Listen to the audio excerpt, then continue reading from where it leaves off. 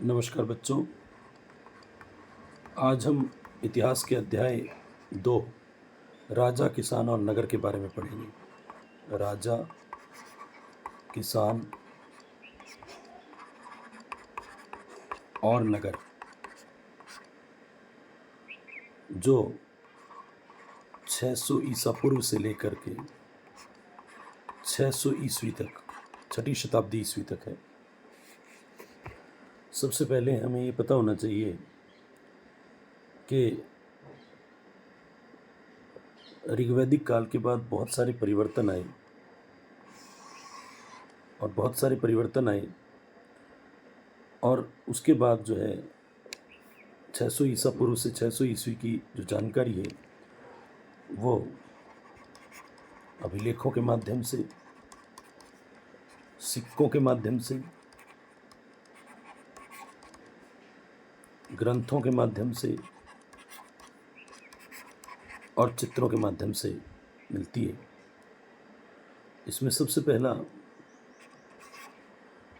जो टॉपिक है वो है प्रिंसेप और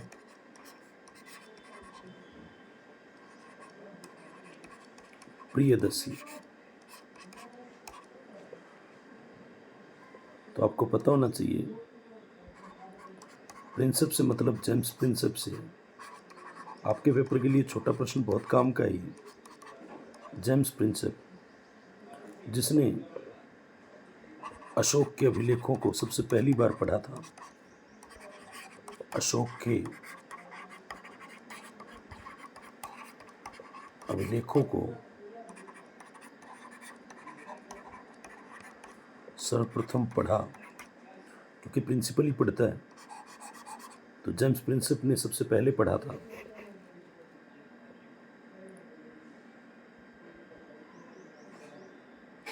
अशोक के जो अभिलेख हैं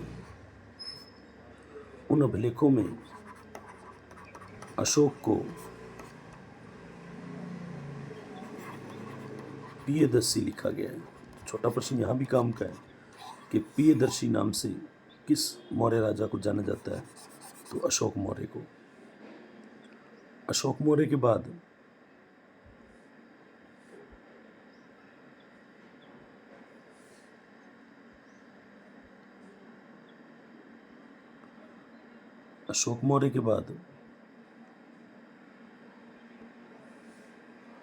हम अगली बात करें तो अभिलेख किसे कहते हैं, अभिलेख की क्या परिभाषा है। तो पत्थर, धातु, मिट्टी आदि बर्तन पे खुदे हुए वो लेख जिनसे किसी राजा या लोगों की उपलब्धि का पता लगता था। तो पत्थर, मिट्टी, धातु पर खुदे लेख,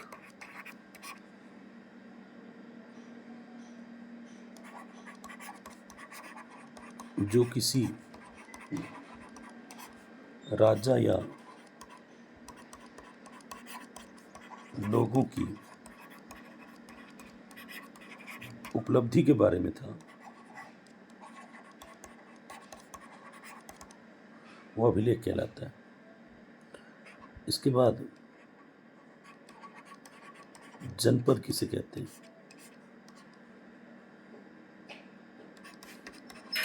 ऐसा भूखंड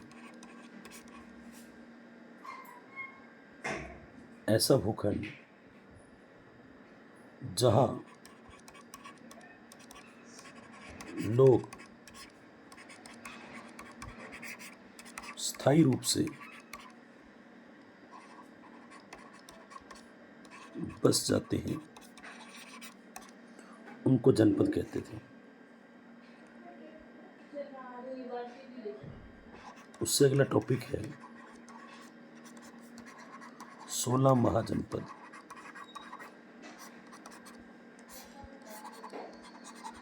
टोटल 16 महाजनपद थे। अब आप जानते हैं 6ठी शताब्दी ईसा पूर्व, 600 ईसा पूर्व में जो छोटे छोटे जनपद थे उन्होंने एक दूसरे को जीत करके महाजनपदों में बदल दिया। बौद्ध और जैन ग्रंथ, इन दोनों में 16 महाजनपदों का उल्लेख मिलता है। तो पूछा जाए 16 महाजनपदों का उल्लेख कहाँ कहाँ मिलता है, तो बौद्ध ग्रंथ और जैन ग्रंथों में। हर महाजनपद की एक राजधानी हुआ करती थी। हर महाजनपद की एक राजधानी हुआ करती थी। जैसे कुछ जनपद हैं वज्जी, मल्ल, कौशल, कुरु, मगध, गांधार, अवंती, ये सब महत्वपूर्ण जनपद थे। महाजनपदों में सबसे शक्तिशाली जो था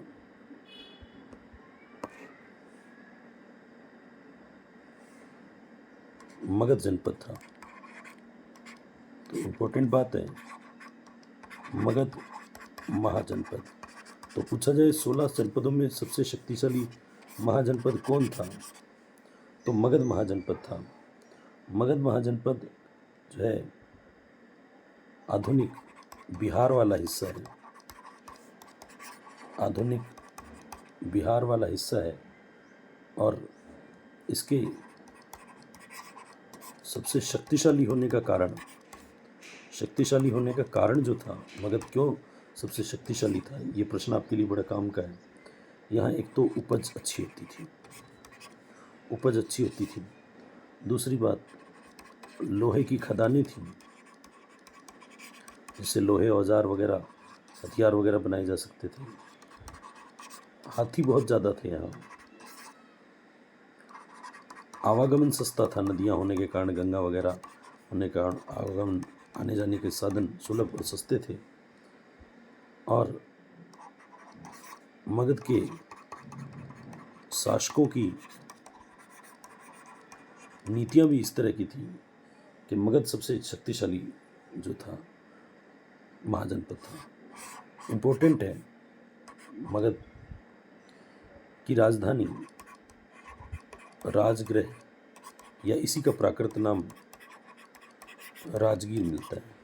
तो मगध की पहली राजधानी पूछे तो राजगृह, दूसरी राजधानी पाटलिपुत्र थी। पाटलिपुत्र को ही आजकल हम पटना के नाम से जानते हैं। ये बिहार वाला एरिया था। इसके बाद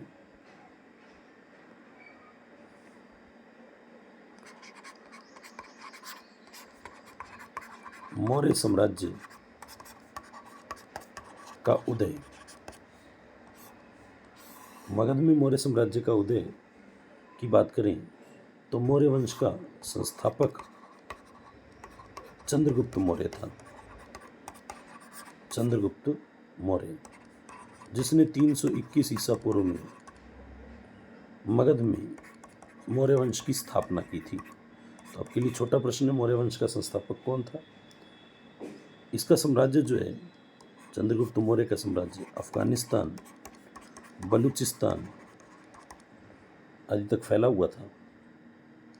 इसके दरबार में, चंद्रगुप्त मौर्य के दरबार में राजदूत रहा मेगास्थनीज। मेगास्थनीज ने इंडिका नामक रचना जो है लिखी, जिसमें मौर्य काल की जानकारी मिलती है। इसके अलावा चंद्रगुप्त मौर्य के दरबार में ही चाणक्य या कौटिल्य था, जिसका मूल नाम विष्णुगुप्त शर्मा था। चाणक्य ने संस्कृत भाषा में अर्थशास्त्र ग्रंथ की रचना की। तो पूछा जाए मौर्य काल की जानकारी किससे किससे मिलती है, तो अर्थशास्त्र और इंडिका से, मेगास्थनीज की इंडिका और कौटिल्य के अर्थशास्त्र से। इसके बाद चंद्रगुप्त मौर्य के बाद बिंदुसार आ गया।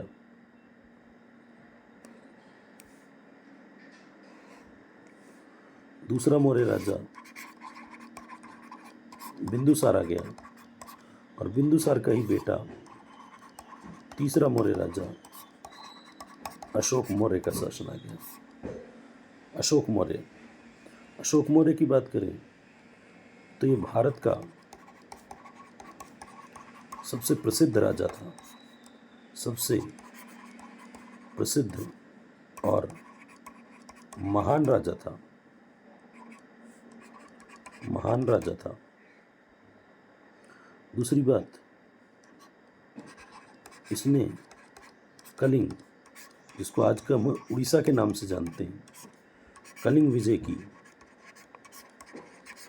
261 ईसा पूर्व में।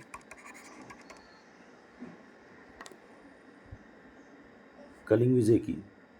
उसके बाद तीसरी खास बात है कि इसने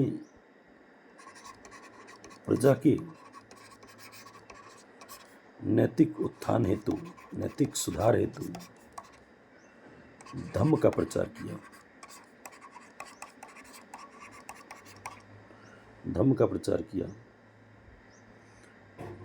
धम्म के सिद्धांत हैं कि बड़ों का आदर करना चाहिए, सन्यासी और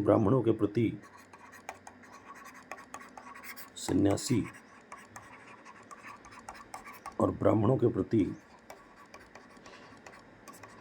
उदारता, इसके अलावा सेवक और दासों के प्रति भी उदारता, सेवक और दासों के प्रति उदार होना चाहिए, और दूसरे के धर्म,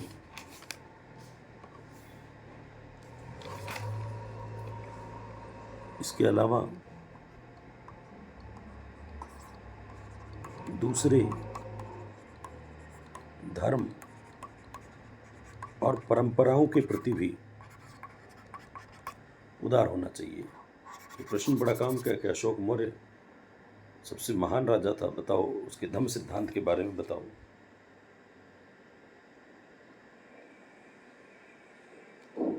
इसके अलावा मौर्यों का प्रशासन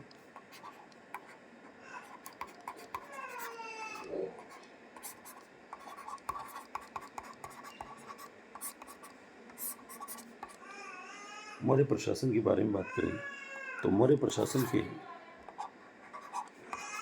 5 राजनीतिक केंद्र थे। मौर्य प्रशासन के 5 राजनीतिक केंद्र थे। इसकी राजधानी पाटलिपुत्र थी, जो मुख्य राजधानी थी। ये पहला केंद्र हो गया। इसके अलावा 4 प्रांतीय केंद्र थे। तक्षशिला,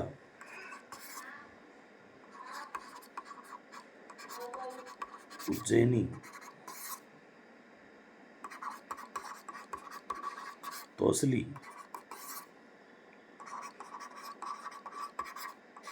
और सुवर्णगिरी। मौर्य प्रशासन के बारे में और हम बात करें तो मेगास्थनीज ने जो इंडिका लिखी, उसमें भी मौर्य प्रशासन की जानकारी मिलती है। मेगास्थनीज की इंडिका के अनुसार मौर्य प्रशासन जो है उसमें सैनिक गतिविधियों के लिए एक समिति हुआ करती थी।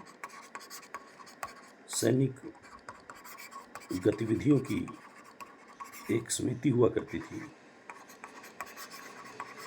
और ऐसी समितियां 6 उपसमितियों में बटी थी।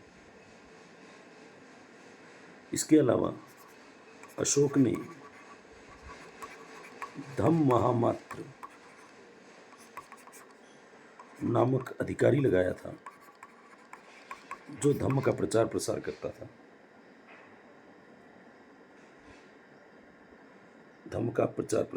था। इसके अलावा मौर्य काल में कला साहित्य वगैरह जो है अपने चरम पे था। इससे आगे की जानकारी दूसरे वीडियो में हम लेंगे।